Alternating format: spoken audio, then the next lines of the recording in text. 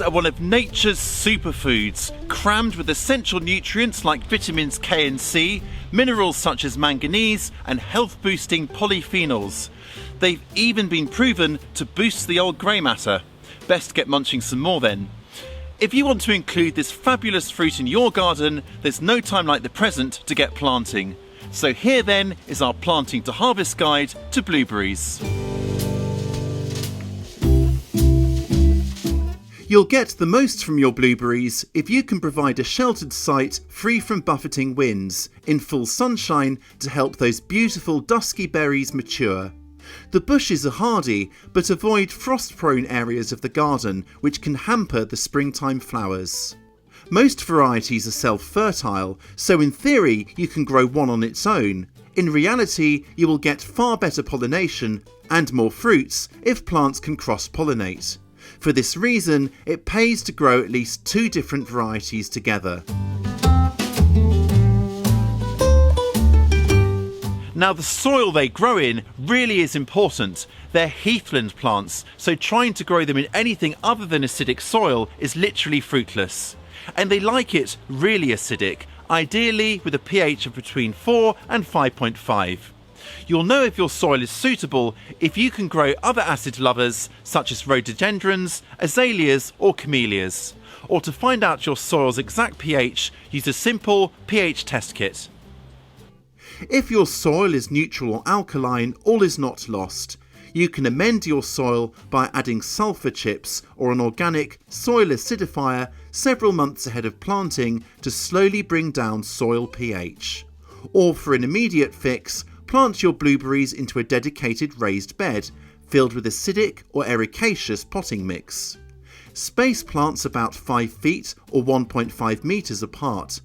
Alternatively, plant into large containers of ericaceous potting mix, which will be a lot cheaper than filling an entire raised bed, but make sure never to let them dry out. You'll usually find blueberries sold in ready-to-plant pots like this. You can plant at any time of year, though autumn is best, but if the winters are particularly cold where you garden, wait till spring. Choose a frost-proof pot of at least 1 foot or 30 centimetres wide and with drainage holes in the bottom. Start filling with your ericaceous potting mix, then remove the blueberry from its pot. Place it onto the potting mix, then fill in around the sides with more. The top of the potting mix should end up level with the top of the root ball. Give it a good water in, topping up the potting mix if necessary. This is optional, but I like to finish off with a mulch of pine needles or bark chippings. There we go. Keep the soil or potting mix moist, watering whenever it gets dry. Mains water will gradually raise the pH levels, so use collected rainwater instead to keep the soil acidic. Container plants will need regular feeding using a liquid fertiliser specially formulated for acid-loving plants. Plants in the ground simply need mulches topping up using an acidic organic material such as leaf mould, bark chippings, pine needles or composted sawdust. Do not use manure, which is both too rich and too alkaline for blueberries. Transplant container blueberries into larger pots as soon as the roots fill the container, and protect flowers from any late frosts using row covers or horticultural fleece.